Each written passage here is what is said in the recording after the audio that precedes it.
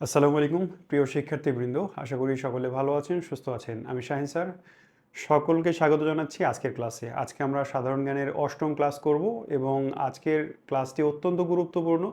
So শুরুতেই বলবো যে ক্লাসটি গভীর মনোযোগ দিয়ে যদি না করেন তাহলে কিন্তু ক্লাস বুঝতে সমস্যা হতে পারে, অসুবিধা হতে পারে, বুঝতে না পারতে পারেন। সো একেবারে অল্প সময় ক্লাস নিব এবং গভীর মনোযোগ দিয়ে এই ক্লাসটি আপনাকে দেখতে হবে। তো ক্লাস শুরু করার আগে যথারীতি বলবো, যারা এখনও আমাদের all in one question bank বইটি কিনেননি তারা খুব দ্রুত বইটি কিনে ফেলুন, কারণ এই বইয়ের উপরে এবং আমাদের ক্লাসের উপরে পরীক্ষা হচ্ছে প্রত্যেক দিন রাত 10:30 এবং 11টায়, এবং এই পরীক্ষায় অংশগ্রহণের মাধ্যমে আপনি নিজেকে যাচাই করতে পারবেন আপনার প্রস্তুতি কতটুকু আগালো, কতটুকু পেছালো, আপনি কোথায় আছেন সেটা পরীক্ষা করতে পারবেন। অনেকেই এখনও বই কিনেননি এবং বই না কেনার কারণে আমাদের পেইড গ্রুপে যুক্ত হতে পারেননি, সো পরীক্ষা দিতে পারছেন না। খুব অল্প একটা বইয়ের দাম, চাকরির বাজারে যে কোনো বই কিনতে গেলে 500 টাকার কমে হয় না, বাট আমাদের এই বইটার দাম মাত্র 350 টাকা। সো 350 টাকার বিনিময়ে আপনি একটা কোর্স ফ্রি পাচ্ছেন। তো দেরি কেন করছেন আমি সেটা বুঝতে পারছি না। যারা এখনও বইটি কিনেননি বইটি দ্রুত কিনে ফেলুন এবং গ্রুপে যুক্ত হয়ে যান, পরীক্ষা দিন। আরও আমাদের নোটস যেগুলো দেওয়া হচ্ছে সেগুলো সংগ্রহে রাখুন। বই কিভাবে কিনবেন তার অর্ডার লিঙ্ক আমাদের কমেন্টে দেওয়া আছে, একটু দেখে নিন। আচ্ছা, সালাম দিয়েছেন অনেকেই, সালামের উত্তরটা নিয়ে নিই। ওয়ালাইকুম আসসালাম, আলহামদুলিল্লাহ আমি ভালো আছি। শুরু করে দেব আজকের ক্লাস। তবে ক্লাস শুরু করার আগে টপিকটা একটু দেখে নিই। বললাম যে আজকের ক্লাসটি যদি আপনি মনোযোগ না দেন তাহলে বুঝতে পারবেন না, কারণ আমাদের আজকের ক্লাসের টপিক হচ্ছে বাংলাদেশের সরকার ব্যবস্থা, সরকার কাঠামো, সরকার কিভাবে পরিচালিত হয়। আপনি আজকের ক্লাস শেষে বুঝতে পারবেন যে আপনি আপনার হাতে ইউনিয়ন পরিষদের মেম্বার চেয়ারম্যান যে মানে ধরেন যে আপনি কোনো সমস্যায় পড়েছেন, অভাবে পড়েছেন, বন্যার্ত হয়েছেন, তো ত্রাণের টাকা, ত্রাণের চাল বা আপনার কাছে না হলেও আপনার প্রতিবেশী গরিব দুঃখী মানুষের কাছে সেই প্রধানমন্ত্রী থেকে শুরু করে কোন চেন অফ কমান্ড ফলো করে এই একেবারে রুট লেভেলে পৌঁছায়, কিভাবে দেশ চলে, কারা দেশ চালায়, কোনটার সঙ্গে কি সম্পর্ক, এই বিষয়গুলো যদি মনোযোগ না দেন তাহলে কিছুই বুঝতে পারবেন না। তো এটা হচ্ছে আমার ক্লাসের মূল টপিক আলোচনার। আর সাথে সাথে আপনার জন্য মুখস্থ আইটেম থাকছে বিভিন্ন দেশের ভাষা এবং প্রতীক। যেমন ভুটানের আলাদা ভাষা আছে, হ্যাঁ, তারপরে এরকম চীনের ভাষা মান্দারিন, এইভাবে বিভিন্ন দেশের আলাদা আলাদা ভাষা আছে। আপনি ভাষা ও প্রতীক এই টপিকে গেলেই বুঝতে পারবেন যে কোনটি আপনাকে পড়তে হবে, কোনটি হবে না। বই থেকে পড়ে নেবেন এই টপিক দুটো। আচ্ছা, শুরু করে দেব ক্লাস, এবং শুরুতেই কোনো কথা না, বার্তা না, ভূমিকা না, একেবারে ক্লাসে গভীরে ঢুকে যাব। সরকার ব্যবস্থা।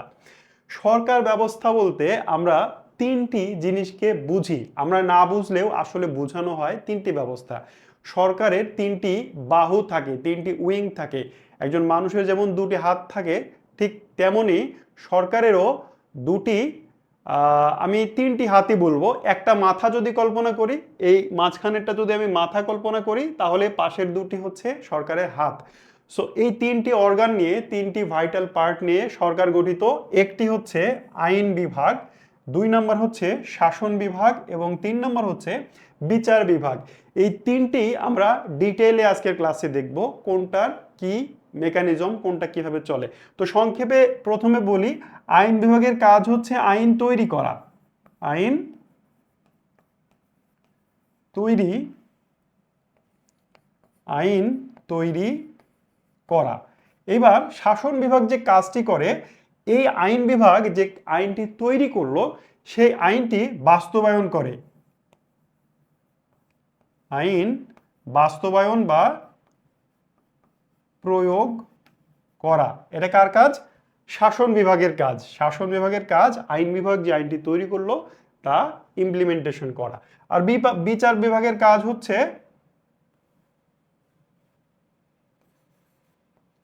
বিচার বিভাগের কাজ বুঝতেই পারছি, বিচার করা। অর্থাৎ আইন বিভাগ যে আইনটি তৈরি করলো, ওই আইন যদি কেউ ভঙ্গ করে, ওই আইন যদি কেউ অমান্য করে, তাহলে তার বিচার করা হচ্ছে বিচার বিভাগের কাজ। আবার বিচার বিভাগ বিচারের যে রায় দিল, সেই রায়ের বাস্তবায়ন আবার করে এই নির্বাহী বিভাগ বা শাসন বিভাগ। আশা করি সংক্ষেপে বুঝতে পেরেছেন, ডিটেইলে যাব এখনই। তাহলে আমরা জানলাম সরকারের বিভাগ তিনটি, একটি হচ্ছে আইন বিভাগ, আরেকটা হচ্ছে শাসন বিভাগ, আরেকটা হচ্ছে বিচার বিভাগ। এই শাসন বিভাগেরই আরেকটি নাম হচ্ছে নির্বাহী বিভাগ। তার মানে যা শাসন বিভাগ তাই নির্বাহী বিভাগ। পরের স্লাইডে যাই, আইন বিভাগ সম্পর্কে একটু বিস্তারিত এখানে জানবো। আইন বিভাগের সদস্য, আইন বিভাগের সদস্য হচ্ছে সংসদের সকল সদস্য,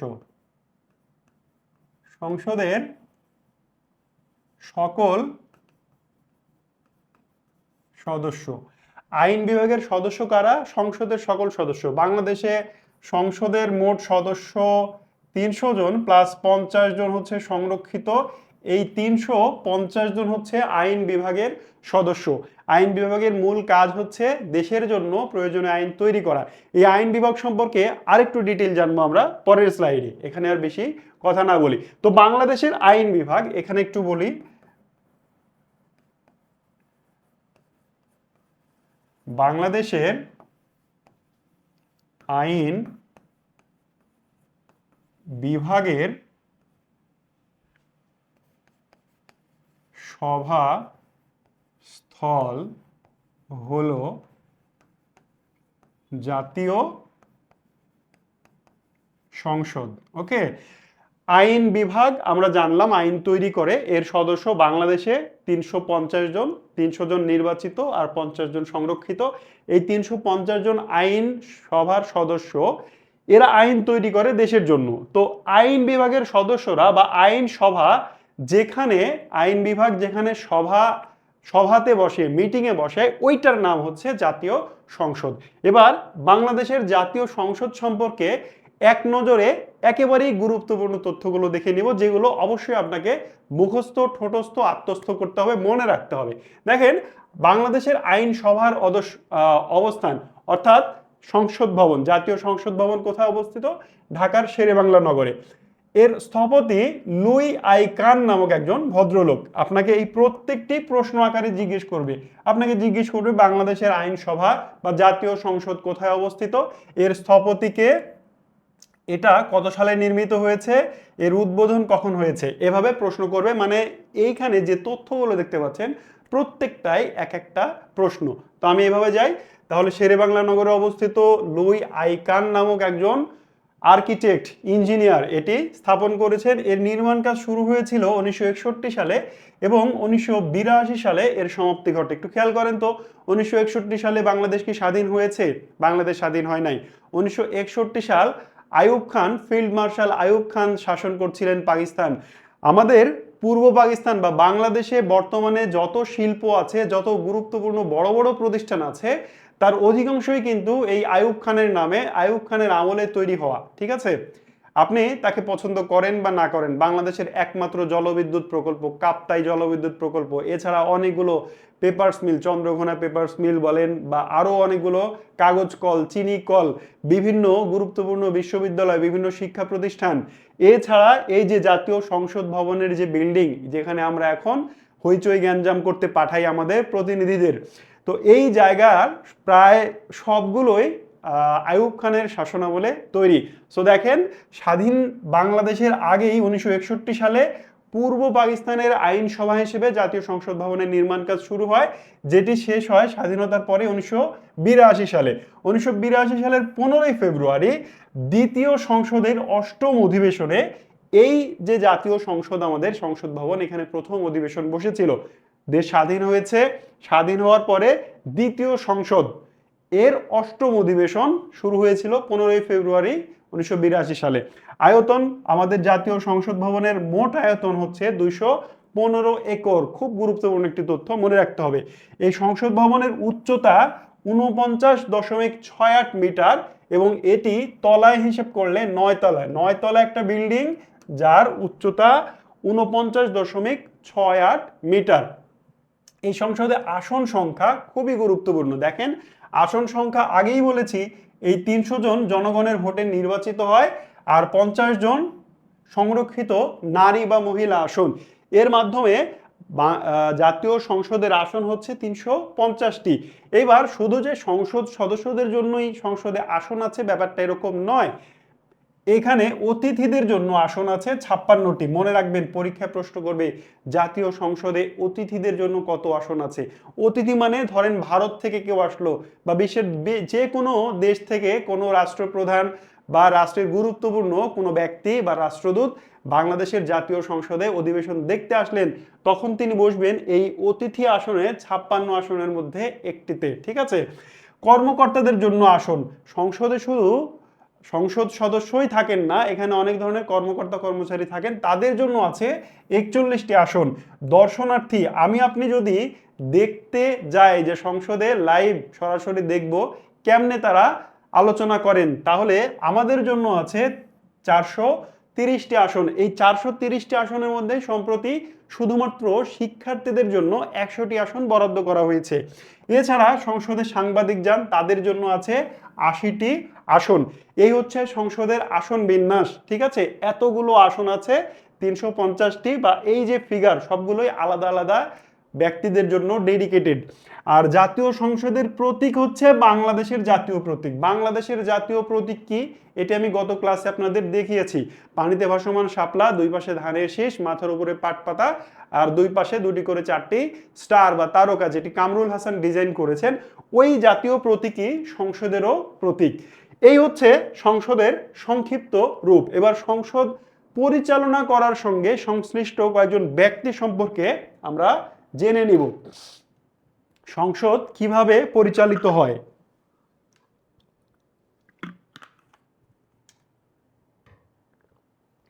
দেখেন, সংসদ পরিচালনার সঙ্গে এই 4জন ব্যক্তি ওতপ্রোতভাবে জড়িত। একজন হচ্ছেন রাষ্ট্রপতি। রাষ্ট্রপতি এবং প্রধানমন্ত্রী সম্পর্কে একটু পরে আমরা আরো বিস্তারিত জানবো। তো সংসদে তারা কি কাজ করেন সেটা একটু জেনে নিই। রাষ্ট্রপতি প্রজাতন্ত্রের সকল ক্ষমতা তার নামেই প্রযুক্ত হন এবং তিনি দায়মুক্ত থাকেন। মানে দেশে যা কিছু করা হয় সবকিছু রাষ্ট্রপতির নামেই বা রাষ্ট্রপতির মালিকানা হিসেবে করা হয়।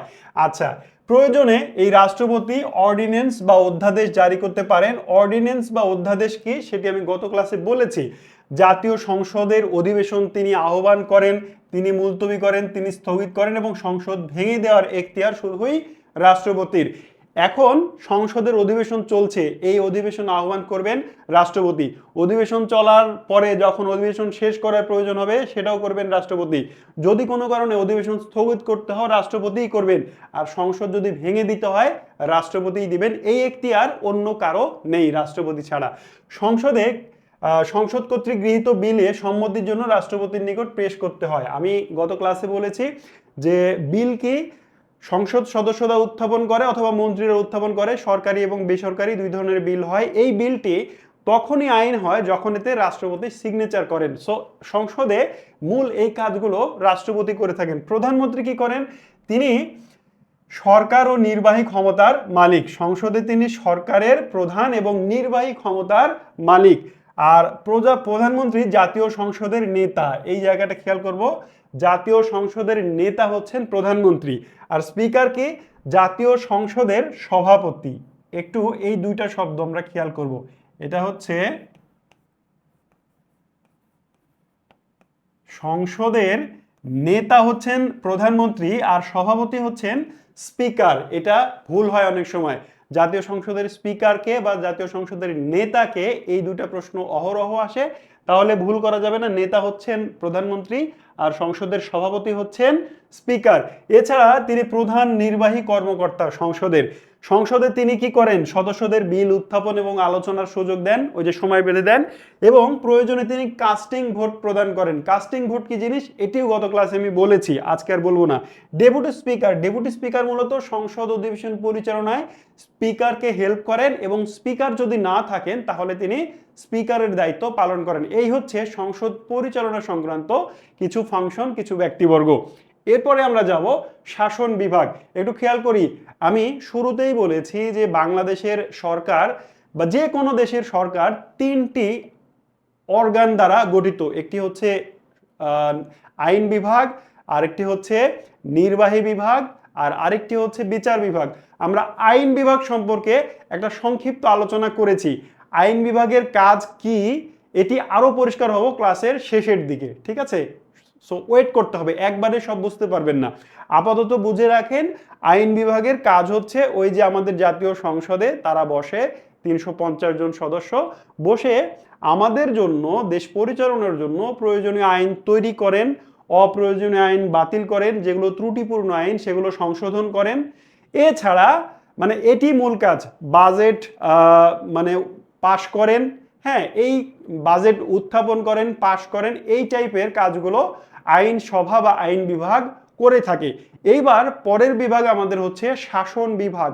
শাসন বিভাগেরই আরেকটি নাম বলেছি আমি, নির্বাহী বিভাগ। যাহা শাসন বিভাগ তাহাই নির্বাহী বিভাগ। এই শাসন বিভাগ বা নির্বাহী বিভাগও দুটি অংশে বিভক্ত। একটির নাম হচ্ছে কেন্দ্রীয় প্রশাসন আর আরেকটির নাম হচ্ছে মাঠ প্রশাসন। ঠিক আছে, শাসন বিভাগ দুটি অংশে বিভক্ত, একটি হচ্ছে কেন্দ্রীয় প্রশাসন, আরেকটি হচ্ছে স্থানীয় বা মাঠ প্রশাসন। এই যে কোনো কিছু হলেই আমরা আন্দোলন করি, আমার ভাই আহত কেন, প্রশাসন জবাব চাই।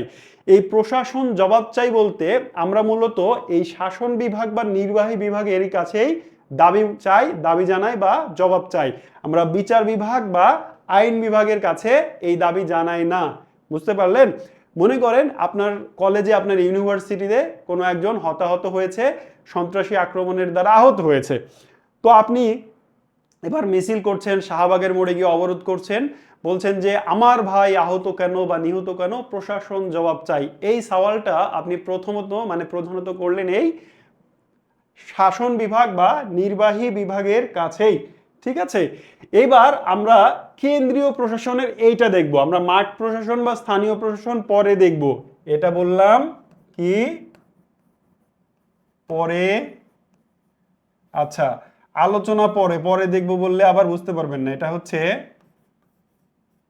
পরে আলোচনা হবে, আজকের ক্লাসেরই পরের দিকে আলোচনা হবে। তাহলে আমরা এখন এই মুহূর্তে এই জায়গাটা দেখব। ঠিক আছে, প্রশাসন বলতে আসলে আমরা কি বুঝি, কেন্দ্রীয় প্রশাসন কি? দেখেন, কেন্দ্রীয় প্রশাসনের এক নাম্বার ব্যক্তি হচ্ছেন, আগেই জানলাম, রাষ্ট্রপতি। রাষ্ট্রপতি হচ্ছেন রাষ্ট্রের প্রধান। রাষ্ট্রপতির পরেই যে ব্যক্তির অবস্থান বা যে পদের অবস্থান, তিনি হচ্ছেন প্রধানমন্ত্রী। একটু ভালো করে এই দুইটা শব্দ খেয়াল রাখতে হবে।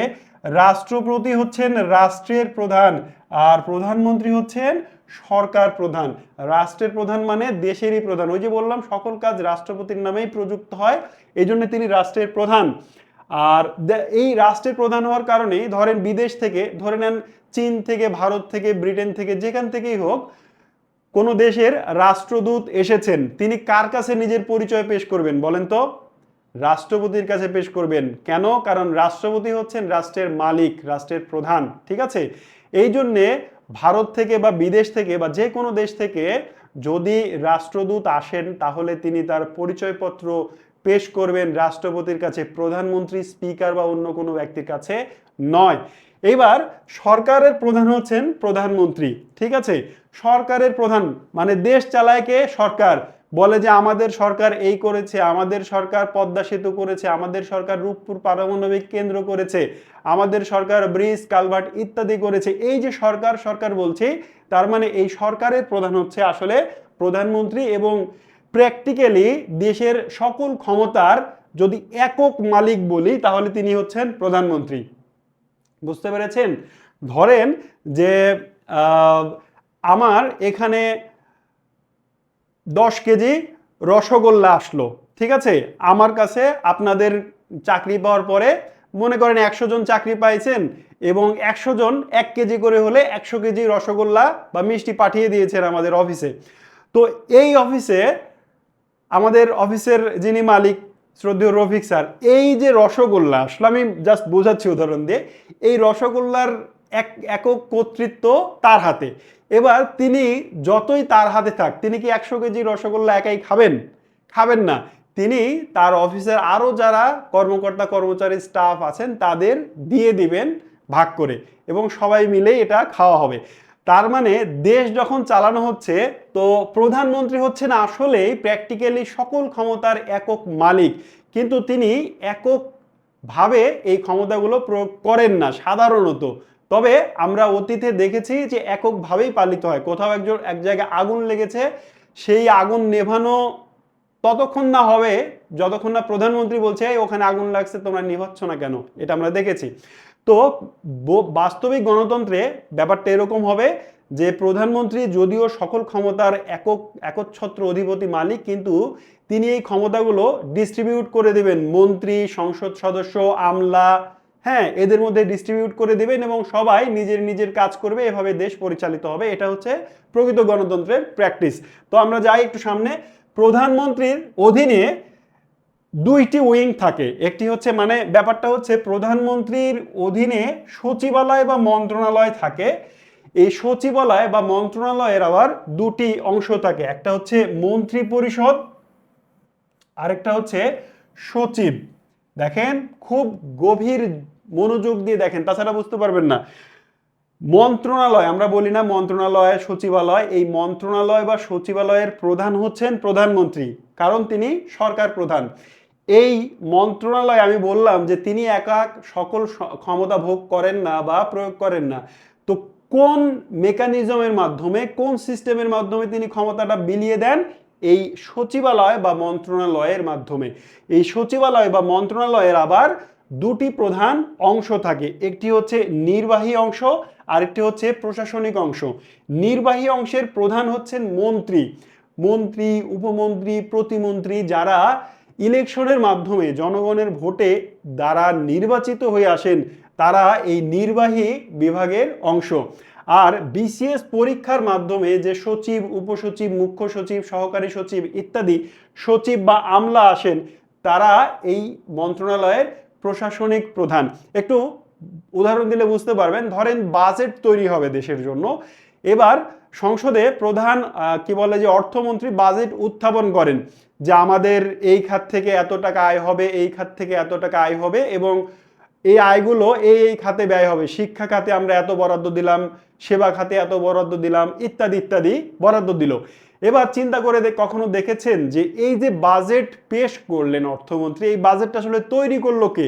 অর্থমন্ত্রী কি নিজে খাতা কলম নিয়ে বসে থেকে কয়েকদিন ধরে এই বাজেট তৈরি করেছেন? না, এই বাজেট মূলত তৈরি করেন এই সচিব এবং অর্থাৎ প্রশাসনিক অংশ, সচিবালয়ের বা মন্ত্রণালয়ের প্রশাসনিক, যারা বিসিএস ক্যাডারে অথবা নিয়োগের মাধ্যমে এই মন্ত্রণালয়ে এসেছেন। তারা মানে ভাগ করে দেওয়া হয় দায়িত্ব, এক সেক্টরে হয় কৃষি বিভাগের দায়িত্ব, এক সেক্টরে হয় সেবা বিভাগের দায়িত্ব, এভাবে সবার মধ্যে কাজ আবার আলাদা আলাদা ভাগে ভাগ করে দেওয়া হয়। সকল কাজ জড়ো হয় এবং এই কাজ জমা হয় সচিবের কাছে। সচিব তখন গিয়ে মন্ত্রীকে বলে, বস বাজেট রেডি, এটা এবার নেন, আপনি একটু দেখেন। মন্ত্রীর ইচ্ছা হইলে দেখলো, না হইলে না দেখলো। তিনি আসলে তেমন কিছুই করেন না বা তেমন কিছুই জানেন না, ঠিক আছে, প্র্যাকটিক্যালি, কারণ তার আরো অনেক ব্যস্ততা আছে। এমনও হইতে পারে যিনি অর্থমন্ত্রী তার অর্থনীতি সম্পর্কে অধারণাও নেই। বাংলাদেশে এটা খুবই প্রচলিত। অর্থমন্ত্রী হইতে হইলে যে অর্থনীতি বুঝতে হবে ব্যাপারটা এরকম বাধ্যবাধকতা নেই। শিক্ষামন্ত্রী হইতে হইলেই যে শিক্ষিত মানুষ হইতে হবে, স্বাস্থ্যমন্ত্রী হতে হলেই যে স্বাস্থ্য বিষয়ক মানে ডাক্তার হতে হবে, বাংলাদেশে এই বাধ্যবাধকতা নেই। তো একজন মানুষ যিনি স্বাস্থ্য সম্পর্কে, চিকিৎসা বিজ্ঞান সম্পর্কে জানেনই না, তিনি কিন্তু বাংলাদেশের স্বাস্থ্যমন্ত্রী হন। তো কিভাবে আসলে তিনি চালান না, তিনি চালায় হচ্ছে এই সচিব। কারণ যারা এই লেভেলে থাকে তারা ওই সম্পর্কে প্র্যাকটিক্যাল নলেজ রাখে এবং তারা তৈরি করে দেয়, এই মন্ত্রী শুধু প্রেজেন্ট করে সেটা, ঠিক আছে। এই হচ্ছে দুইটার ফাংশন। আমি নিশ্চয়ই বোঝাতে পেরেছি অর্থ মন্ত্রণালয়ের উদাহরণ দিয়ে যে সকল কাজ মূলত এই আমলারাই করে আর এটা প্রেজেন্ট করে, উপস্থাপন করে এই কি বলে মন্ত্রী পরিষদ বা নির্বাহী বিভাগ। এবার আপনাকে এখান থেকে প্রশ্ন করবে মন্ত্রণালয়ের প্রশাসনিক প্রধানকে আর মন্ত্রণালয়ের নির্বাহী প্রধানকে। খেয়াল রাখবেন মন্ত্রণালয়ের প্রধান দুইজন, এক বনে দুই বাঘ। এখানে এক বনে দুই বাঘ থাকে। একটা বাঘের নাম হচ্ছে সচিব, যিনি মূলত এবং যারা সচিব শুধু একা না, তার অধীনস্থ আরো কর্মকর্তা যারা আছে তারা মিলে মূল কাজটা করেন আর শেষের হুঙ্কারটা দেন এই মন্ত্রী, ঠিক আছে। এই বাঘ কাজ করে আর এই বাঘ হচ্ছে হুঙ্কার দেয়, দুইজনই প্রধান। এবার সচিবালয়ের ওই যে বললাম যে সচিবালয়ের অধীনে আরো ক্ষমতা মানে ছড়িয়ে দেওয়া হয়, এই ক্ষমতা ছড়িয়ে দেওয়া হয়। সচিবালয়ের বিভিন্ন বিভাগ থাকে, বিভিন্ন উপবিভাগ থাকে, বিভিন্ন দপ্তর থাকে, বিভিন্ন শাখা থাকে, এরই মাধ্যমে আসলে দেশ পরিচালিত হয়। ঠিক আছে, এই হচ্ছে আমাদের নির্বাহী বিভাগের মূল ফাংশন। আপনি যদি এই ফ্লোচার্টটা বুঝতে পারেন তাহলে আপনার কাছে পরের আলোচনাটা সহজ হবে। আমরা কিন্তু একটা অংশ আলোচনা করেছি কেন্দ্রীয় প্রশাসন, এবার দেখি মাঠ প্রশাসনে কি আছে। আচ্ছা, কেন্দ্রীয় প্রশাসনের কয়েকজন ব্যক্তি সম্পর্কে আমরা এই যে বললাম যে রাষ্ট্রপতি, প্রধানমন্ত্রী, এই কেন্দ্রীয় প্রশাসনের কয়েকজন ব্যক্তি এবং কিছু মন্ত্রণালয় সম্পর্কে এবার আমরা জেনে নেব, তারপরে মাঠ প্রশাসনে যাব। ঠিক আছে, মনে রাখবেন ধারাবাহিকতা। কেন্দ্রীয় প্রশাসনের সর্বোচ্চ ব্যক্তি আমরা বললাম রাষ্ট্রপতি। রাষ্ট্রপতির কথা বলা হয়েছে বাংলাদেশের সংবিধানের 48 থেকে 54 নম্বর অনুচ্ছেদে। রাষ্ট্রপতি কিভাবে গঠিত হবেন, রাষ্ট্রপতি হতে হলে বয়স কত হতে হবে, একজন রাষ্ট্রপতি কি করতে পারবেন কি করতে পারবেন না, আদালত চাইলেই কি রাষ্ট্রপতির কোনো বিচার করতে পারবেন কিনা, রাষ্ট্রপতি চাইলেই কোনো অপরাধীকে ক্ষমা করতে পারবেন কিনা, রাষ্ট্রপতি যদি না থাকে তাহলে রাষ্ট্রপতির দায়িত্ব স্পিকার পালন করবে কিনা, এই সংক্রান্ত বিষয়গুলো বাংলাদেশের সংবিধানের 48 থেকে 54 নম্বর অনুচ্ছেদের মধ্যে আছে। তার আলোকে এই তথ্যগুলো বাংলাদেশের শাসন বিভাগের তাহলে সর্বোচ্চ ব্যক্তি, যেটা বললাম একটু আগেই, রাষ্ট্রপতি। তিনি প্রধানমন্ত্রী এবং প্রধান বিচারপতি নিয়োগ ছাড়া, খুব চমৎকার একটা মানে আইন, রাষ্ট্রপতি কি করতে পারবেন, রাষ্ট্রপতি স্বাধীনভাবে শুধু দুইটি কাজ করতে পারেন, একটি হচ্ছে প্রধানমন্ত্রী নিয়োগ দিতে পারেন, আরেকটি হচ্ছে প্রধান বিচারপতি নিয়োগ দিতে পারেন। এর বাইরে তিনি সকল কাজ প্রধানমন্ত্রীর পরামর্শে করবেন। ব্যাপারটা কেমন হয়ে গেল না? বাংলাদেশের রাষ্ট্রপতির যে সিস্টেম, ক্ষমতা এবং ক্ষমতার যে বিকেন্দ্রীকরণ, এটা খুবই অদ্ভুত। আমরা বলছি যে রাষ্ট্রপতিকে বলছি আপনি আসলে দেশের মালিক, আপনি সর্বোচ্চ। এবার যখন কাজ করার কথা আসছে, তো রাষ্ট্রপতি শুধু দুইটি কাজ নিজের ইচ্ছায় করতে পারবেন, তার ক্ষমতা এই দুইটি। একটা হচ্ছে প্রধানমন্ত্রীকে নিয়োগ দিতে পারবেন, এই বিষয়ে তিনি প্রধানমন্ত্রীর সাথে আলোচনা না করলেও হবে যে কাকে প্রধানমন্ত্রী নিয়োগ দিবেন। তো কাকে প্রধানমন্ত্রী নিয়োগ দিবেন, আলোচনা ছাড়া হয় আসলে? যিনি নির্বাচনে জয়লাভ করেছেন সেই দলের প্রধান তিনি প্রধানমন্ত্রী হবেন এবং তাকে তিনি আসলে নিয়োগ দিতে বাধ্য, তাই না? আলোচনা করার কি আছে, বাধ্য। এছাড়া তিনি সুপ্রিম কোর্টের প্রধান বিচারপতি নিয়োগ দিতে পারবেন, এক্ষেত্রে চাইলে তিনি প্রধানমন্ত্রীর সঙ্গে পরামর্শ না করলেও চলবে, তারপরেও তিনি অবশ্যই এটি পরামর্শ করেন, না করলেও চলবে, তবে চাইলে তিনি পরামর্শ করতে পারেন। আর এর বাইরে তিনি যা করবেন, হ্যাঁ, ব্যাপারটা এরকম না যে তিনি খাওয়া ঘুমানো এগুলোও প্রধানমন্ত্রীর সঙ্গে পরামর্শ করবেন, এরকম না। রাষ্ট্রীয় সিদ্ধান্তের ব্যাপারে সবকিছু তাকে প্রধানমন্ত্রীর সঙ্গে পরামর্শ করে নিতে হবে। রাষ্ট্রপতি নির্বাচিত হন সংসদের সংখ্যাগরিষ্ঠদের ভোটের ভিত্তিতে, আর তিনি 5 বছর ক্ষমতায় থাকেন।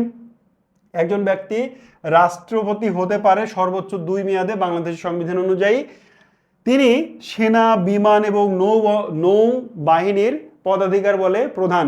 বাংলাদেশের সেনাবাহিনীর প্রধান, বিমান বাহিনীর প্রধান এবং নৌবাহিনী, যে 3টি মূল বাহিনী আছে, প্রতিরক্ষা বাহিনী, এই বাহিনীর সর্বাধিনায়ক হচ্ছেন রাষ্ট্রপতি এবং এই বাহিনীর প্রধানদের নিয়োগও দেন এই রাষ্ট্রপতি। তবে এক্ষেত্রে তিনি অবশ্যই প্রধানমন্ত্রীর সঙ্গে আলোচনা করেন।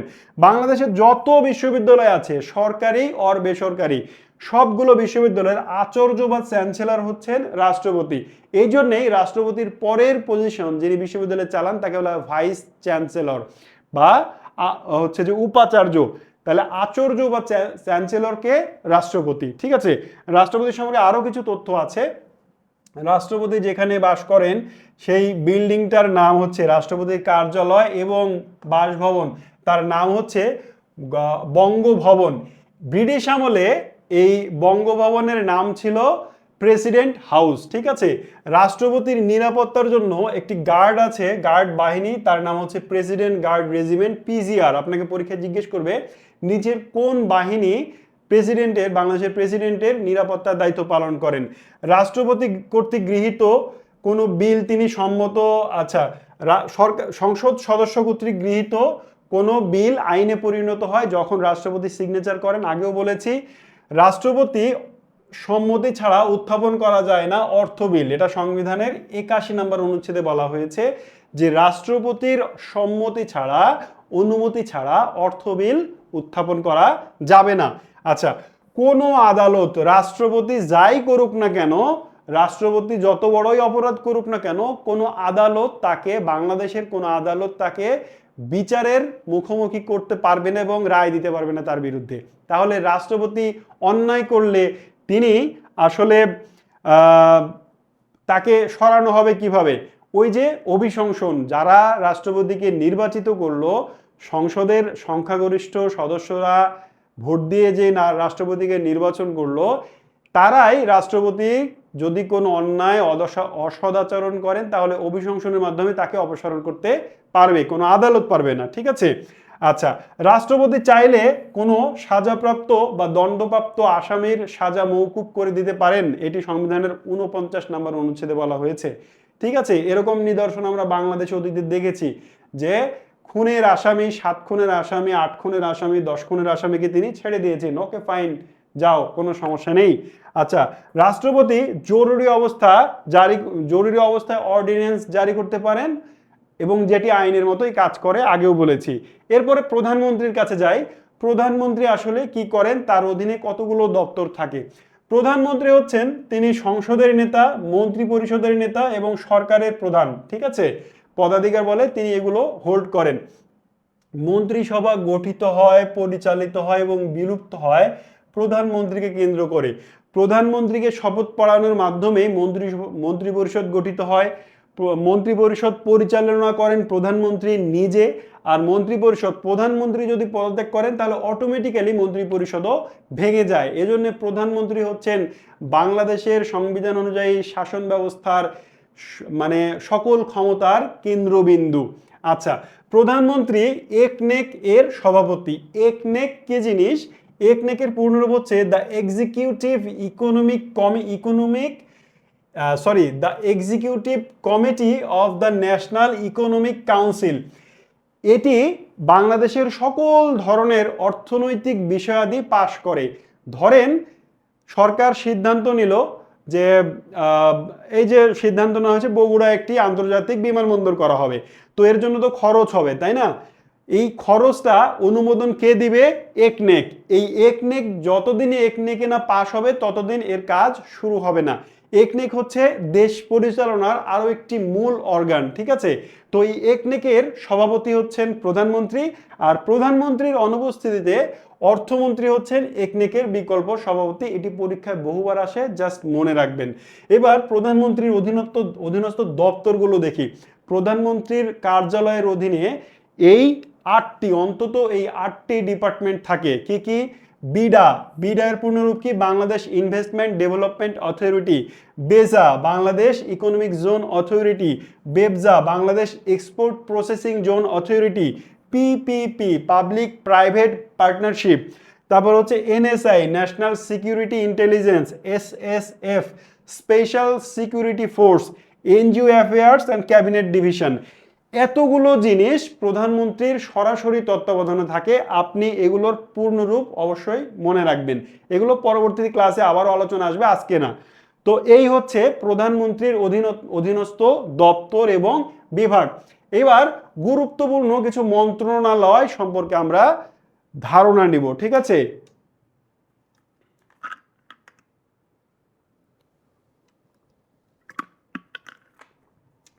দেশ চালানোর জন্য অনেকগুলো মন্ত্রণালয় আছে। এই অনেকগুলো মন্ত্রণালয় আছে। এই মন্ত্রণালয়গুলোর মধ্যে কয়েকটি আমরা একটু জেনে নিব। তো একটি দেশ স্বাধীন সার্বভৌমভাবে পরিচালিত হতে হলে তার গুরুত্বপূর্ণ যে ডিপার্টমেন্টটা, তার নাম হচ্ছে প্রতিরক্ষা মন্ত্রণালয়। হ্যাঁ, প্রতিরক্ষা মন্ত্রণালয় কি করে? দেশ রক্ষা, দেশের স্বাধীনতা সার্বভৌমত্ব রক্ষা করে। এই প্রতিরক্ষা মন্ত্রণালয়ের অধীনে 3টি বাহিনী থাকে: সেনাবাহিনী, নৌবাহিনী আর বিমান বাহিনী। ঠিক আছে? মনে রাখবেন, বাংলাদেশ সেনাবাহিনী, বাংলাদেশ বিমান বাহিনী এবং বাংলাদেশ নৌবাহিনী, এই 3টি বাহিনী কোন মন্ত্রণালয়ের অধীনে? যেন প্রতিরক্ষা মন্ত্রণালয়ের অধীনে। প্রতিরক্ষা মন্ত্রণালয়ের অধীনে আরেকটি গুরুত্বপূর্ণ বিষয় আছে SPARRSO, space research and remote. এই যে বাংলাদেশের প্রতিরক্ষার কি বলে মহাকাশ গবেষণা কেন্দ্র যেটি আছে স্পারসো, সেটিও কিন্তু এই প্রতিরক্ষা মন্ত্রণালয়ের অধীনে। ঠিক আছে, তাহলে জাস্ট এতটুক ধারণা রাখেন। এখন সেনাবাহিনী, বিমান বাহিনী, নৌবাহিনী এ সম্পর্কে চাইলে আপনি বই থেকে একটু ডিটেলস দেখে নিতে পারেন, তবে ওইখান থেকে খুব বেশি আসে না যে বাংলাদেশ সেনাবাহিনী কখন গঠিত হয়েছিল। আমরা মুক্তিযুদ্ধের সময় দেখেছি যে 3টি বাহিনী বাংলাদেশের মুক্তিযুদ্ধের সময় গঠিত হয়েছিল, এই জন্যে এই বাহিনীর ভিতর থেকে তেমন বেশি আসে না। তবে চাইলে আপনি এই 3টি বাহিনীর প্রতীক সম্পর্কে একটু আইডিয়া রাখতে পারবেন। এই 3টি বাহিনীর আলাদা আলাদা প্রতীক আছে, অথবা এই 3টি বাহিনীর ডেজিগনেশনগুলো মানে কি একটু দেখে রাখবেন বই থেকে, ঠিক আছে। আমি আর ভেতরে যাচ্ছি না। আরেকটা মন্ত্রণালয়ের নাম হচ্ছে অর্থ মন্ত্রণালয়। একটি দেশ চালানোর জন্য অর্থ মানে একেবারে ফরজ, টাকা ছাড়া দেশ চলে না, সংসার চলে না, রাষ্ট্র চলে না, কিচ্ছু চলে না, তাই না? তো অর্থ মন্ত্রণালয়ের 5টি ডিপার্টমেন্ট আছে। আগে ছিল অর্থ মন্ত্রণালয়ের বিভাগ 4টি, বর্তমানে অর্থ মন্ত্রণালয়ের বিভাগ হচ্ছে 5টি।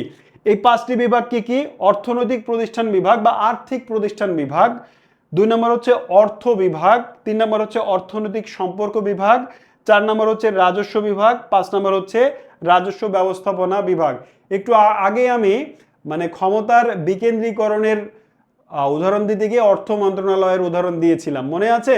অর্থ মন্ত্রণালয়ের বলেছিলাম যে এই যে বাজেট তৈরি হচ্ছে, এই বাজেট তৈরি, রাজস্ব আদায়, দেশের আয় এবং মানে সহজে দেশ পরিচালনা করতে হলে খরচ হয়, এই খরচটা কি করতে হয়? আয় করতে হয়। এই যে দেশের আয় এবং ব্যয়, এই দুইটা জিনিস মেইনলি দেখা এবং বাজেট তৈরি করা, এই সকল কিছুর জন্য অর্থ মন্ত্রণালয় কাজ করে। এবং অর্থ মন্ত্রণালয় কি মানে এক হাতে সব কাজ করে না, আমি বলেছি ক্ষমতার বিকেন্দ্রীকরণ, ডিসেন্ট্রালাইজেশন, ক্ষমতাটাকে ছড়িয়ে দেওয়া হয়, কাজগুলোকে ভাগ করে দেওয়া হয়। এই ভাগই হচ্ছে এই ভাগ। আর্থিক প্রতিষ্ঠান বিভাগ কি কাজ করে একটু বলি, নোট করে নেন পারলে। আর্থিক প্রতিষ্ঠান বিভাগ এই যে বাংলাদেশে বাংলাদেশ ব্যাংক, সোনালী, রূপালী, জনতা, অগ্রণী, সিটি ইত্যাদি যে ব্যাংক আছে, এই ব্যাংকগুলো পরিচালনা করে, নিয়ন্ত্রণ করে আর্থিক প্রতিষ্ঠান বিভাগ। তাহলে আপনাকে যদি এবার বলি যে বাংলাদেশের কেন্দ্রীয় ব্যাংক বাংলাদেশ পরিচালিত হয় কোন মন্ত্রণালয়ের অধীনে, তাহলে কি অর্থ মন্ত্রণালয়ের অধীনে। এবার যদি বলি অর্থ মন্ত্রণালয়ের কোন বিভাগের অধীনে বাংলাদেশ ব্যাংক অথবা সোনালী, রূপালী যে কোনো একটা ব্যাংকের নাম বলে যদি বলি কোন বিভাগের অধীনে পরিচালিত হয়, তাহলে সেটা হবে আর্থিক প্রতিষ্ঠান বিভাগের অধীনে। তাহলে এই আর্থিক প্রতিষ্ঠান বিভাগ ব্যাংক, বীমা পরিচালনা করে, নিয়ন্ত্রণ করে, সাথে শেয়ার বাজার, নিশ্চয়ই নাম শুনেছেন শেয়ার বাজার, স্টক এক্সচেঞ্জ বাংলাদেশের 2টা আছে, ঢাকা আর চট্টগ্রাম, এটাও নিয়ন্ত্রণ করে এই আর্থিক প্রতিষ্ঠান বিভাগ। অর্থ বিভাগ কি করে? অর্থ বিভাগ হচ্ছে এই যে সরকারের আয় এবং ব্যয় নিয়ন্ত্রণ করে, সরকারের কোথায় কত ব্যয় হচ্ছে এই ব্যয় নির্বাহ করে। ধরেন আপনার ভাই, বন্ধু অথবা আপনি যখন সরকারি চাকরি পাবেন, এই সরকারি চাকরি পাইলেন, আপনি তো বেতন নেবেন, আপনাকে বেতন কে দেয়? আপনাকে বেতন দিবে সরকারের অর্থ মন্ত্রণালয়ের অর্থ বিভাগ। তার মানে দেশে যত সরকারি কর্মকর্তা কর্মচারী আছে তাদের বেতন ভাতা দেয় অর্থ বিভাগ। দেশে যত উন্নয়ন প্রকল্প বাস্তবায়িত হয়, রূপপুর পারমাণবিক বিদ্যুৎ কেন্দ্র, সড়ক, ব্রিজ, কালভার্ট, রানওয়ে, যত কিছু নির্মাণ হয় সব কিছুর জন্য টাকা দেয় অর্থ বিভাগ, ঠিক আছে। তার মানে এই অর্থ বিভাগ খরচ করে প্লাস সরকারকে, সরকারের ব্যয় নিয়ন্ত্রণ করে, বিভিন্ন উপদেশ দেয়, এই কাজগুলো অর্থ বিভাগ করে থাকে। অর্থনৈতিক সম্পর্ক বিভাগ, মনে করেন এই কিছুদিন আগে প্রধানমন্ত্রী IMF এ গিয়ে কি করলো? ঋণ সাহায্য চাইলো। বাংলাদেশ IMF এর কাছ থেকে, বিশ্ব ব্যাংকের কাছ থেকে, জাইকার কাছ থেকে, বিভিন্ন আন্তর্জাতিক প্রতিষ্ঠান থেকে, দেশ থেকে, জাপান থেকে, ভারত থেকে, চীন থেকে, এই যে ঋণ নেয় দেশ চালানোর জন্য, এই ঋণ নেয়ার কাজগুলো করে অর্থনৈতিক সম্পর্ক বিভাগ। তার মানে আন্তর্জাতিক বিভিন্ন প্রতিষ্ঠান এবং বাইরের বিভিন্ন দেশ থেকে ঋণ নেওয়া, অনুদান নেওয়া, সাহায্য সহযোগিতা নেওয়া, এই কাজগুলো, চুক্তি করা, এই কাজগুলো করে অর্থনৈতিক সম্পর্ক বিভাগ। রাজস্ব নীতি বিভাগ বা অভ্যন্তরীণ সম্পদ বিভাগ, এর আরেকটা নাম হচ্ছে অভ্যন্তরীণ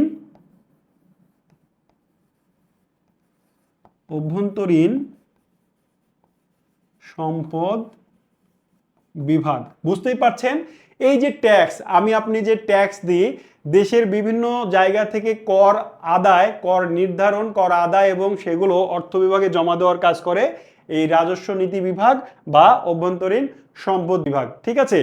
আর সর্বশেষ 5 নম্বরে হচ্ছে রাজস্ব ব্যবস্থাপনা বিভাগ। এই বিভাগটা কি করে? কিভাবে রাজস্ব ব্যবস্থাকে আধুনিক করা যায়, কিভাবে আরো আয় বাড়ানো যায়, কিভাবে আরো এটাকে উন্নত করা যায়, এগুলো নিয়ে গবেষণা পরিচালনা করে এবং নীতি প্রণয়ন করে এই রাজস্ব ব্যবস্থাপনা বিভাগ।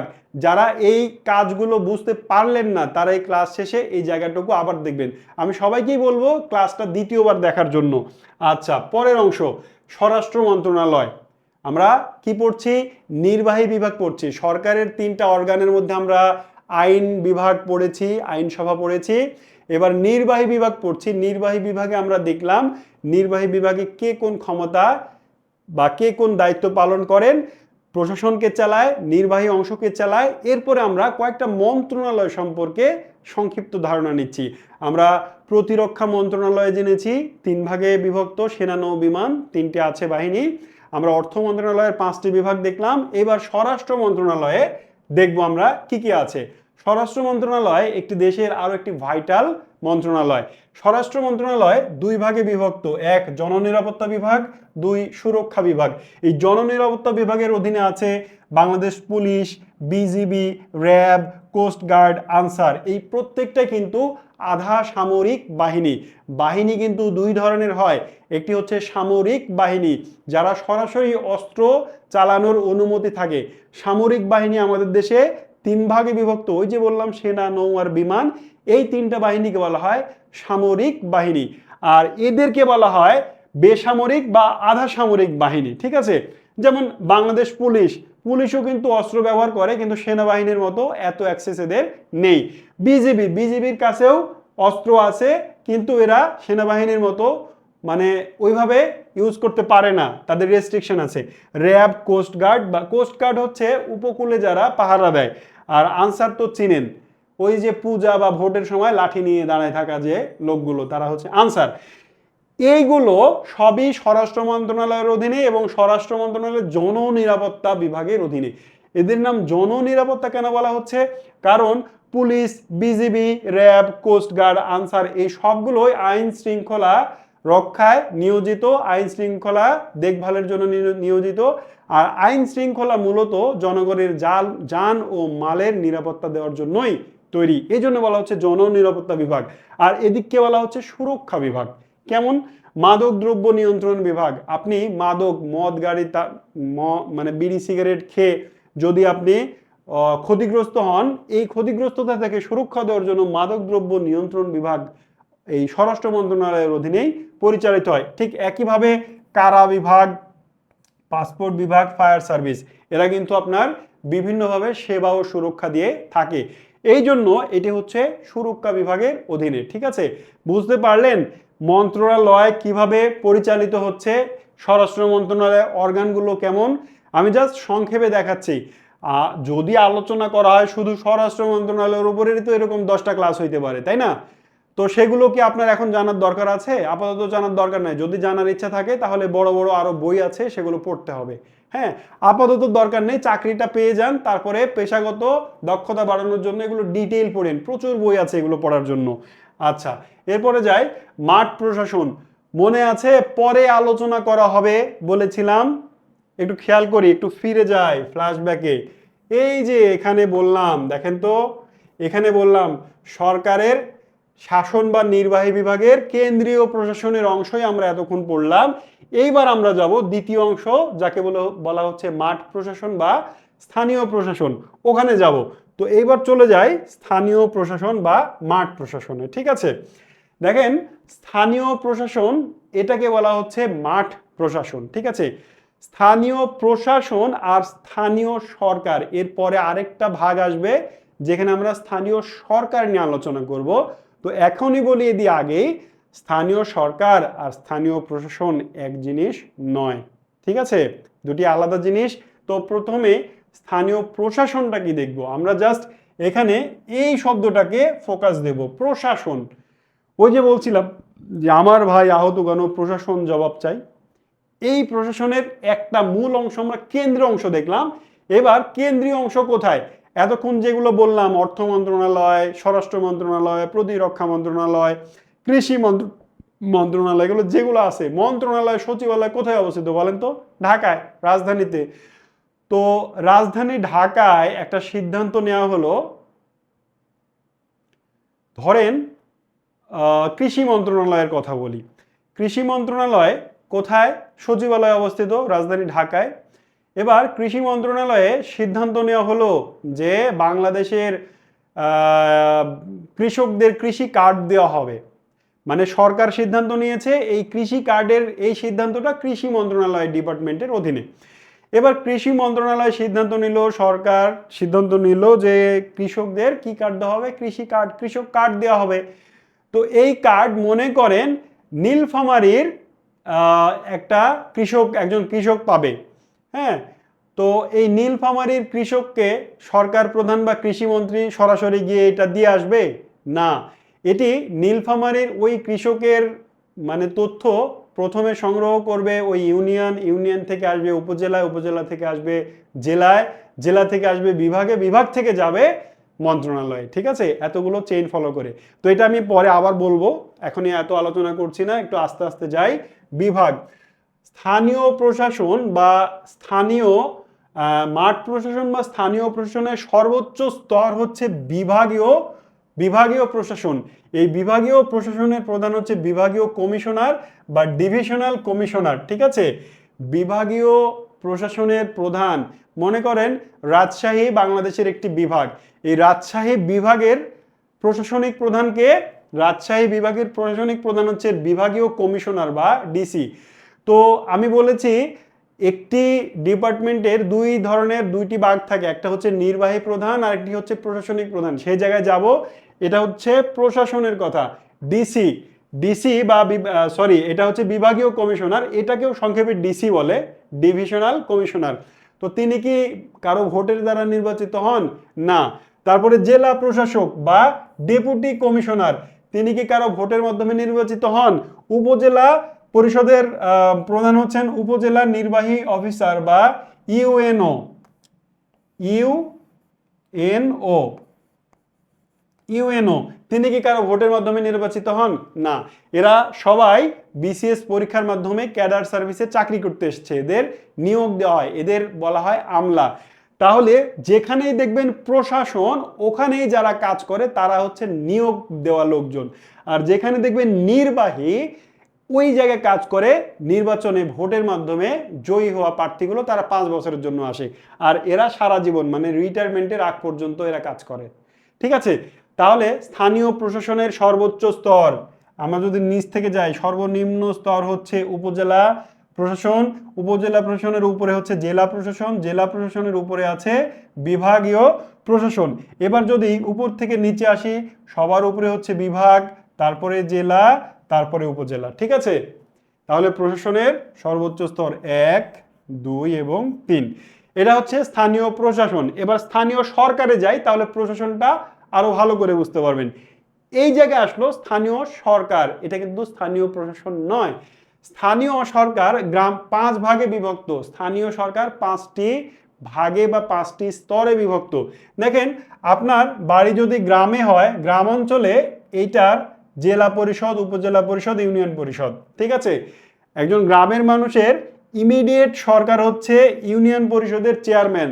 ধরেন জমি জমা নিয়ে ঝগড়া হয়েছে অথবা অন্য কোনো সমস্যা হয়েছে, মানুষ আগে যায় ওয়ার্ড কমিশনারের কাছে, তাই না? ইউনিয়ন পরিষদের ওয়ার্ডের যে কমিশনার, তাকে জানায় যে ভাই বা চাচা আমার একটু জমি নিয়ে ভাইয়ের সঙ্গে সমস্যা হয়েছে, এটার একটু বিচার করে দিতে হবে। তিনি আপনাকে নিজে হয় বিচার করে দেন অথবা বলেন যে চেয়ারম্যান সাহেবের কাছে যাইতে, চেয়ারম্যান সাহেবের কাছে গেলেন। এইটা হচ্ছে স্থানীয় সরকারের সর্বনিম্ন স্তর, মানে একজন রুট লেভেলের নাগরিকের ইমিডিয়েট সরকার হচ্ছেন চেয়ারম্যান, সরকার প্রধান হচ্ছেন চেয়ারম্যান, এবং সরকারের অংশ হচ্ছেন ইউনিয়ন পরিষদের মেম্বারগণ। এবার সেখানে হলো না, এইবার ইউনিয়ন পরিষদ থেকে উপরের সরকারের নাম হচ্ছে উপজেলা পরিষদ। উপজেলা পরিষদে যে সরকার বসে আছে তিনি হচ্ছেন উপজেলা পরিষদের চেয়ারম্যান, নট ইউএনও। ইউএনও হচ্ছেন উপজেলা প্রশাসন, উপজেলা প্রশাসনের প্রধান, আর উপজেলার চেয়ারম্যান হচ্ছেন এই উপজেলার সরকারের প্রধান। বুঝতে পারবেন, আরেকটু সময় দেন আমাকে। উপজেলার থেকে আরো উপরে যেটি আছে সেটি হচ্ছে জেলা পরিষদ। জেলা পরিষদেরও কিন্তু চেয়ারম্যান থাকেন, জেলা পরিষদের একজন চেয়ারম্যান থাকেন এবং অনেক মানে 21 জন সদস্য নিয়ে এটি গঠিত হয়, পরে বলছে এটা। তাহলে গ্রাম গ্রাম অঞ্চলে স্থানীয় সরকারের স্তর কয়টি?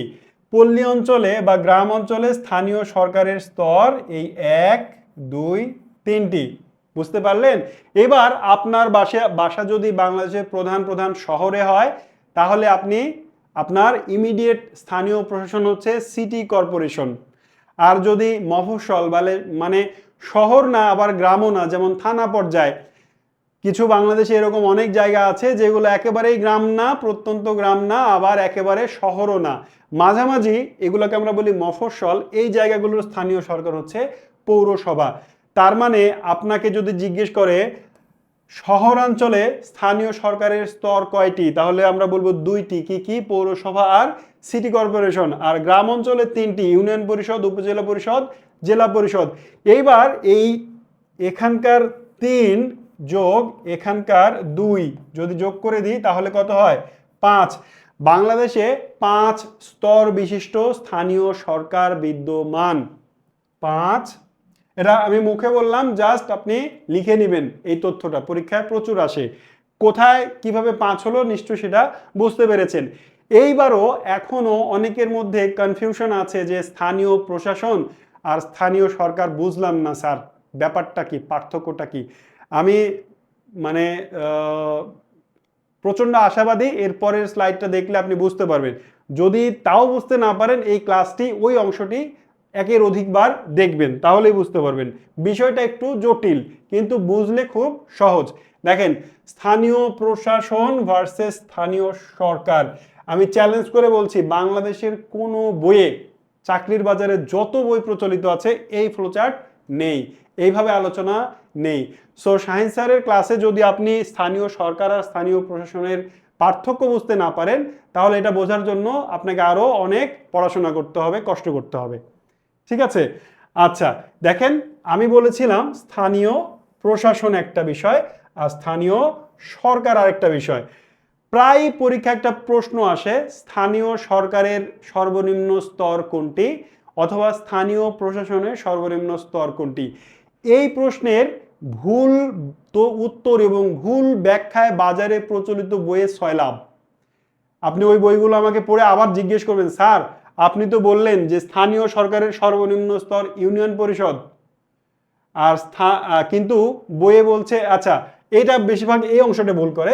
প্রশ্ন এসছে যে স্থানীয় প্রশাসনের সর্বনিম্ন স্তর কোনটি, আপনাকে সুন্দর করে বলে দিবে যে ইউনিয়ন পরিষদ, কিন্তু এই উত্তরটা ভুল এবং তার পক্ষে তারা ব্যাখ্যাও দিবে একটা ভুল। আসলে আমার অ্যান্সার হচ্ছে এটা হচ্ছে উপজেলা পরিষদ, উপজেলা প্রশাসন। ঠিক আছে? যদি বলে স্থানীয় প্রশাসনের সর্বনিম্ন স্তর কোনটি, তাহলে এটি। আর স্থানীয় সরকারের সর্বনিম্ন স্তর কোনটি, তাহলে এটি। এটি আমি আসলে বোঝানোর চেষ্টা করছি। তাহলে স্থানীয় প্রশাসন আমরা দেখলাম বিভাগ পর্যায়ে স্থানীয় প্রশাসন শুরু হয় বিভাগ থেকে, বিভাগীয় কমিশনার, তারপরে জেলা প্রশাসক, তারপরে উপজেলা নির্বাহী অফিসার বা ইউএনও। আর স্থানীয় সরকারে বিভাগীয় পর্যায়ে কোনো সরকার নেই, শুরুই হয় জেলা থেকে। জেলা পরিষদের চেয়ারম্যান, উপজেলা পরিষদের চেয়ারম্যান, ইউনিয়ন পরিষদ বা সিটি কর্পোরেশন বা পৌরসভার চেয়ারম্যান, তারা হচ্ছে স্থানীয় সরকারের সর্বনিম্ন স্তর। তাহলে আমি এটিকে লিখে দিই, স্থানীয়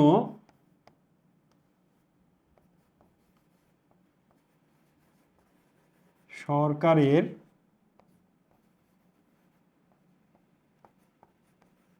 সর্বনিম্ন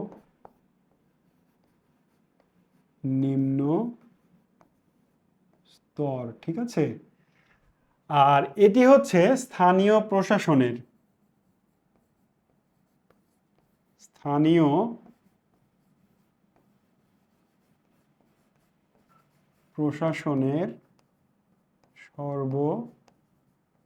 সর্বনিম্ন স্তর। ঠিক আছে? এটি হচ্ছে স্থানীয় প্রশাসনের সর্বনিম্ন স্তর, আর এটি হচ্ছে স্থানীয় সরকারের সর্বনিম্ন স্তর। ফ্লোচারটা ঠান্ডা মাথায় আবার দেখবেন, তাহলে যারা বুঝতে পারেননি বুঝতে পারবেন। জেলা পরিষদ, আমরা বলেছিলাম যে স্থানীয় সরকার এবং প্রশাসন আলাদাভাবে আরো বোঝাবো, আমি বলেছিলাম। যারা এখনো বুঝতে পারেনি তারা এবার দেখি বুঝতে পারেন কিনা। জেলা পরিষদের একটা হচ্ছে স্থানীয় প্রশাসন, আরেকটা হচ্ছে স্থানীয় সরকার। জেলা বিভাগীয় পর্যায়ে কিন্তু স্থানীয় সরকার নেই, আগেই দেখলাম। স্থানীয় সরকার শুরুই হয় জেলা থেকে। এবার দেখি স্থানীয় প্রশাসনের প্রশাসনিক প্রধান ডেপুটি কমিশনার, বারবারই এটা বলছি, এবং জেলা দায়রা জজ, প্রধান বিচারক, জেলা জজ, ঠিক আছে। আচ্ছা, স্থানীয় পরিষদের মৌলিক তথ্য, স্থানীয় সরকারের সর্বোচ্চ স্তর, এটি হচ্ছে স্থানীয় সরকারের না, এটি হচ্ছে স্থানীয় প্রশাসনের।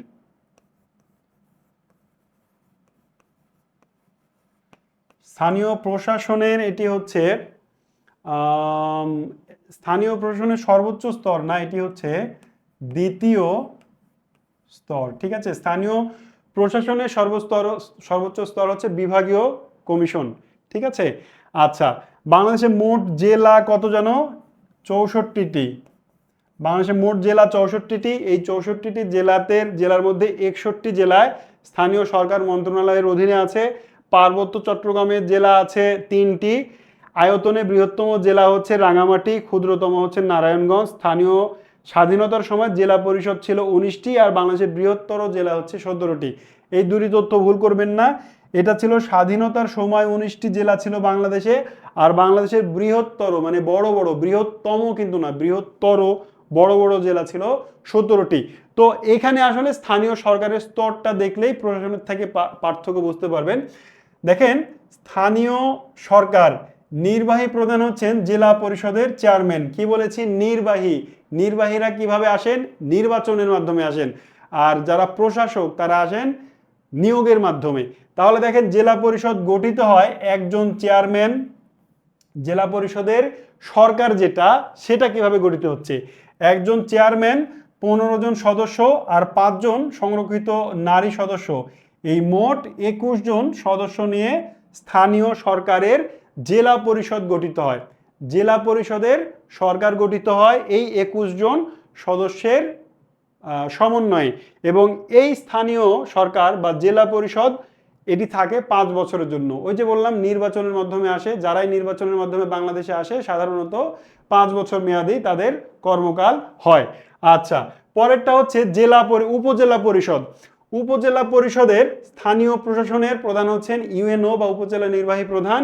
উপজেলা পরিষদের কিছু মৌলিক তথ্য, যেমন দেখেন স্থানীয় সরকারের দ্বিতীয় সর্বোচ্চ স্তর এটি। তারপরে হচ্ছে উপজেলা পরিষদ গঠিত হয় 1983 সালে। উপজেলা পরিষদ গঠন করেন হুসাইন মোহাম্মদ এরশাদ। বাংলাদেশে প্রথম উপজেলা পরিষদ নির্বাচন হয় 1985 সালে, এবং বর্তমান বাংলাদেশে উপজেলার সংখ্যা 500টি। এর আগে ছিল 495টি। গত 7 তারিখে নিকারের বৈঠকে 5টি উপজেলাকে নতুনভাবে অনুমোদন দেওয়া হয়েছে। এই জন্যে বর্তমানে বাংলাদেশের উপজেলার সংখ্যা 500টি। এবার দেখি উপজেলার স্থানীয় সরকার কাদের নিয়ে গঠিত হয়। এবার একটু দেখব। এটা ছিল প্রশাসন, আর এখানে এটা ঠিক আছে কারণ এটা সরকারের না, প্রশাসনের না, সরকারের দ্বিতীয় স্তর, ঠিক আছে। আচ্ছা, উপজেলা পরিষদের গঠন হয় একজন চেয়ারম্যান আর 2 জন ভাইস চেয়ারম্যান নিয়ে মূলত। এর সাথে আরও থাকেন ওই উপজেলার যতগুলো ইউনিয়ন পরিষদের চেয়ারম্যান আছেন, যতগুলো পৌরসভা সিটি কর্পোরেশন আছে, এই পৌরসভা সিটি কর্পোরেশন এবং ইউনিয়ন পরিষদের চেয়ারম্যান সকলকে নিয়ে এই উপজেলা পরিষদ গঠিত হয়, ঠিক আছে। এবং এরাও 5 বছরের জন্য নির্বাচিত হন, এবং এই উপজেলা ইউনিয়ন এবং কি বলে যে ইউনিয়ন সিটি কর্পোরেশন এবং পৌরসভায় যারা সংরক্ষিত নারী আছেন তারাও এই উপজেলা পরিষদের সদস্য হন। লাস্ট ওয়ান হচ্ছে ইউনিয়ন পরিষদ, স্থানীয় সরকারের সর্বনিম্ন স্তর। দেখেন, একটা ইউনিয়নে একজন চেয়ারম্যান থাকেন, 9 জন সদস্য থাকেন, আর 3 জন সংরক্ষিত নারী সদস্য থাকেন। সো ইউনিয়ন পরিষদের মোট সদস্য 13 জন। আপনাকে পরীক্ষা জিজ্ঞেস করবে ইউনিয়ন পরিষদের সদস্য কয়জন নিয়ে গঠিত হয়? 13 জন নিয়ে। বলবে ইউনিয়ন পরিষদের সাধারণ নির্বাচিত সদস্য কয়জন? 9 জন। চেয়ারম্যান কয়জন? চেয়ারম্যান পারবেন। আবার সংরক্ষিত নারী আসনের সদস্য 3 জন। এটা কেমনে হয় সংরক্ষিত নারী আসন? দেখেন, বাংলাদেশের যত ইউনিয়ন আছে, আপনি যে ইউনিয়নেই বাস করেন না কেন, সেই ইউনিয়নে ওয়ার্ড আছে 9টি। ইউনিয়ন গঠিত হয় 9টি ওয়ার্ড নিয়ে। এই 9টি ওয়ার্ডে একজন করে মোট 9 জন মেম্বার নির্বাচিত হন, আর প্রতি 3টি ওয়ার্ড নিয়ে একটি সংরক্ষিত নারী আসন হয় ইউনিয়নে। তাহলে 9টি ওয়ার্ডের প্রতি 3টিতে যদি একজন নারী মেম্বার থাকেন, তাহলে এই নারী মেম্বারের সংখ্যা কত? 9/3। তার মানে 3 জন নারী সদস্য থাকেন। আশা করি এই ইকুয়েশনটা বুঝতে পেরেছেন। বুঝতে না পারলে মনোযোগ দিয়ে একবার পড়বেন, তাহলেই বুঝতে পারবেন। এই হচ্ছে বাংলাদেশের স্থানীয় সরকারের স্তর। এবার আছে আমরা বিচার বিভাগে আসলাম। দেখেন, আমি আপনাকে বাংলাদেশের সরকার কাঠামো পড়াতে গিয়ে আইন বিভাগ পড়ালাম, নির্বাহী বিভাগের অনেকগুলো তথ্য পড়ালাম, এরপরে আসলাম বিচার বিভাগে। আইন বিভাগ আইন তৈরি করেছিল, নির্বাহী বা শাসন বিভাগ সেই আইনটা প্রয়োগ করেছিল, আর বিচার বিভাগ এর কাজ হচ্ছে ওই যে আইন তৈরি হলো এই আইন যদি কেউ ভঙ্গ করে তাহলে তার বিচার করা। বিচার বিভাগের অর্গান মেকানিজম অনেকগুলো, এই সবগুলোই আমি পড়াবো না, সবগুলো আপনার দরকারও নাই। সাধারণত জজ সহকারী জেলা দ্বিতীয় সর্বোচ্চ হলে উপজেলা কি দ্বিতীয় হয়? একটু খেয়াল করেন, আপনি ভুল করেছেন। জেলা পরিষদ আমি বলেছি এটা স্থানীয় প্রশাসনের হচ্ছে যে দ্বিতীয় স্তর। আমি এই লাইনটা যদি আমি মুছে দিই তাহলে তার সমস্যা থাকছে না, তাই না? স্থানীয় সরকারের সর্বোচ্চ স্তর। যদি বলি জেলা পরিষদ কি, যদি প্রশাসনের কথা বলি তাহলে প্রশাসনের দ্বিতীয় স্তর আর সরকারের সর্বোচ্চ স্তর। এখনো যদি আপনি প্রশাসন আর সরকারের পার্থক্য না বুঝতে পারেন, আমি আর আপনাকে এই ক্লাসে বোঝাতে পারবো না, আপনি ক্লাসটা রিপিট করে দেখবেন। এখানে যদি আমি ওই আগের লেখাটা মিলিয়ে দিই, মুছে দিই, তাহলে এটা সঠিক। এখানে আমি লিখেছিলাম, এটি যেহেতু আমি প্রশাসন রেখেছি তাই বলেছিলাম যে স্থানীয় প্রশাসনের দ্বিতীয় স্তর, কিন্তু স্থানীয় সরকার, ভাই আপনাকে বুঝতে হবে, আমি বারবার বলছি সরকার আর প্রশাসন আলাদা জিনিস। সো সরকার আর প্রশাসন শব্দ চেঞ্জ হয়ে গেলে স্তর চেঞ্জ হয়ে যাবে, এতটুকু বুঝতে না পারলে আবার দেখবেন। আচ্ছা, যেখানে ছিলাম সেখানে যাই। দেখেন, বাংলাদেশের বিচার বিভাগ কিভাবে পরিচালিত হয় তার জন্য আপনি এই পিডিএফটা যখন দিয়ে দেব আপনি এটা পড়ে নেবেন। এখানে বোঝার মতো তেমন কিছু নাই, এবং আপনার পরীক্ষায় আমরা যে পরীক্ষাকে উদ্দেশ্য করে এটা পড়াচ্ছি, কোর্স চালাচ্ছি, সেখানে এখান থেকে খুব বেশি প্রশ্ন আসে না। সাধারণত সহকারী জজ নিয়োগ পরীক্ষা এখান থেকে বেশি আসে। সো তারপর আমি বলি, বাংলাদেশের বিচার বিভাগ 2 ভাগে বিভক্ত, একটা হচ্ছে উচ্চ আদালত, একটা হচ্ছে নিম্ন আদালত। উচ্চ আদালত মানে সুপ্রিম কোর্ট। এই সুপ্রিম কোর্টের 2টা বিভাগ থাকে, একটা হচ্ছে অ্যাপিল বিভাগ, আরেকটা হচ্ছে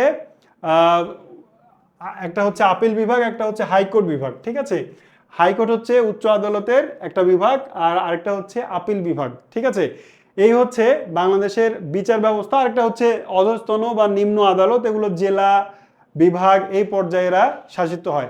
বাংলাদেশের বিচার বিভাগ 2 ভাগে বিভক্ত, একটা হচ্ছে ফৌজদারি, আরেকটা হচ্ছে দায়রা জজ। ঠিক আছে, কি বলে, একটা হচ্ছে ফৌজদারি আর আরেকটা হচ্ছে জমি জমা সংক্রান্ত। ফৌজদারিতে মারামারি কাটাকাটি এগুলোর বিচার হয়, আর আরেকটাতে হয় জমি জমা সংক্রান্ত আদালতের কি বলে যে বিষয়াদি। তো যাই হোক, এগুলো সম্পর্কে আলোচনা করতে গেলে আমার আরো 3-4 ঘন্টা ক্লাসের দরকার, যেগুলো না আমার দরকার আছে বলার, না আপনার পরীক্ষার জন্য প্রয়োজন আছে। এবার আপনি বলবেন যে স্যার একবারে কি পড়বো না? হ্যাঁ, স্লাইডটা দিয়ে দিলে এক নজর একটু দেখে নেবেন, ঠিক আছে? তবে খুব গভীর মনোযোগ দিয়ে পড়ার দরকার নেই, যেখানে দাগ দিয়েছি যে জায়গাটুকু, এর বাইরে দেখেন। ও আরেকটা ওই যে বলছিলাম যেটা দেওয়ানি আর ফৌজদারি। দেওয়ানি হচ্ছে জমি জমা সংক্রান্ত মানে মামলা, আর ফৌজদারি হচ্ছে অপরাধ, ক্রিমিনাল ক্রাইম সম্পর্কিত। তো যতদূর দাগ দিলাম এতটুকু পড়লেই হবে, এর বাইরে খুব বেশি পড়ার দরকার আছে বলে আমি মনে করি না। এইবার ক্লাসের ইতি টানবো, তার আগে এতক্ষণ আপনাকে যা বললাম সব কিছুর সামারি করব। যারা এখনো বুঝেন নাই 3টি অর্গান কিভাবে চলে,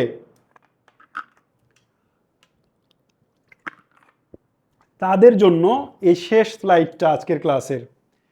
দেখেন, আজকে বাংলাদেশের প্রশাসনিক কাঠামোর সারসংক্ষেপ। আমরা আগে পড়লাম আইন বিভাগ পড়েছি, আইন বিভাগের কি কাজ পড়েছি, কি করে, লাস্ট বার দেখে নিব।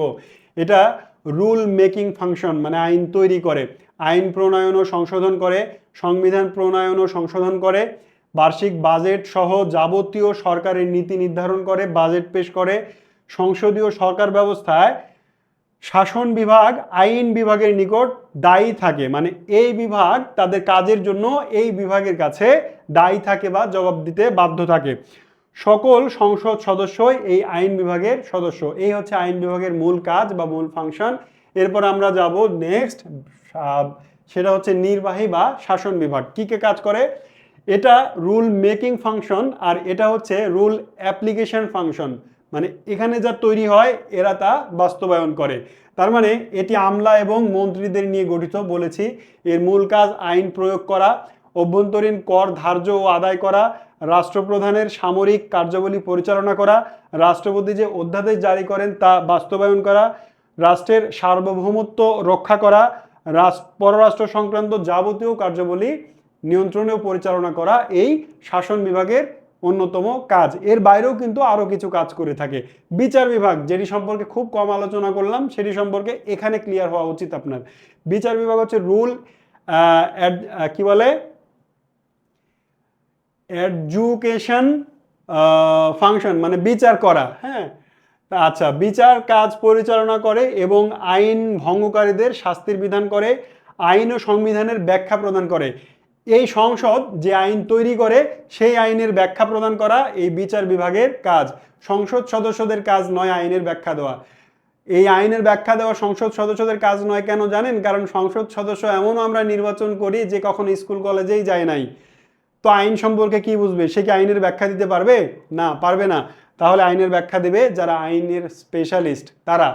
আচ্ছা, সংবিধানের রক্ষক এবং অভিভাবক হিসেবে কাজ করে এই বিচার বিভাগ। নাগরিকদের মৌলিক অধিকার সংরক্ষণ করে, বিচারের তদন্ত কাজ করে, বিদেশি নাগরিকদের নাগরিকত্ব প্রদান করে, শাসন ও আইন বিভাগের আইনি পরামর্শ প্রদান করে। এই হচ্ছে বিচার বিভাগের মূল কাজ। তো যারা এই ক্লাসটা বুঝেন নাই তারা এই পেজটা কয়েকবার পড়বেন এবং আমি বলবো, আশা করি বুঝাতে পেরেছি। আমি সর্বোচ্চ চেষ্টা করেছি আপনাদের সহজ এবং সাবলীল ভাষায় এই কঠিন টপিকটা উপস্থাপন করতে। আমি জানি না কতটুকু সফল হয়েছি। এরপরেও যদি কেউ বুঝতে না পারে ক্লাসটি রিপিট করবেন, ঠিক আছে? একটু পরে 10:30টায় আপনাদের জন্য পরীক্ষা আছে, পরীক্ষা দিবেন সবাই। এবং পরীক্ষা দেওয়ার জন্য গ্রুপে যুক্ত হতে হবে। গ্রুপে যুক্ত হতে হলে এই বইটি কিনে নিতে হবে। কিভাবে বই কিনবেন কমেন্টে লিঙ্ক দেওয়া আছে। সো সবাই বইটি কিনুন, পরীক্ষা দিন, নিজেকে যাচাই করুন। আর একটু পরে 10:30টায় আমাদের ইংরেজি পরীক্ষা আপনাদের জন্য থাকছে, আর 11টায় থাকছে জিকে পরীক্ষা। সো সবাই সে পরীক্ষা দিন, সবাই নিজের প্রস্তুতিকে সামনে এগিয়ে নিয়ে যান। সবার জন্য ভালো একটি চাকরি ব্যবস্থা মহান সৃষ্টিকর্তা করে দিন, সেটাই সবার জন্য দোয়া। আজকের মতো আমি বিদায় নিব। সবাই ভালো থাকুন, সুস্থ থাকুন। আল্লাহ হাফেজ।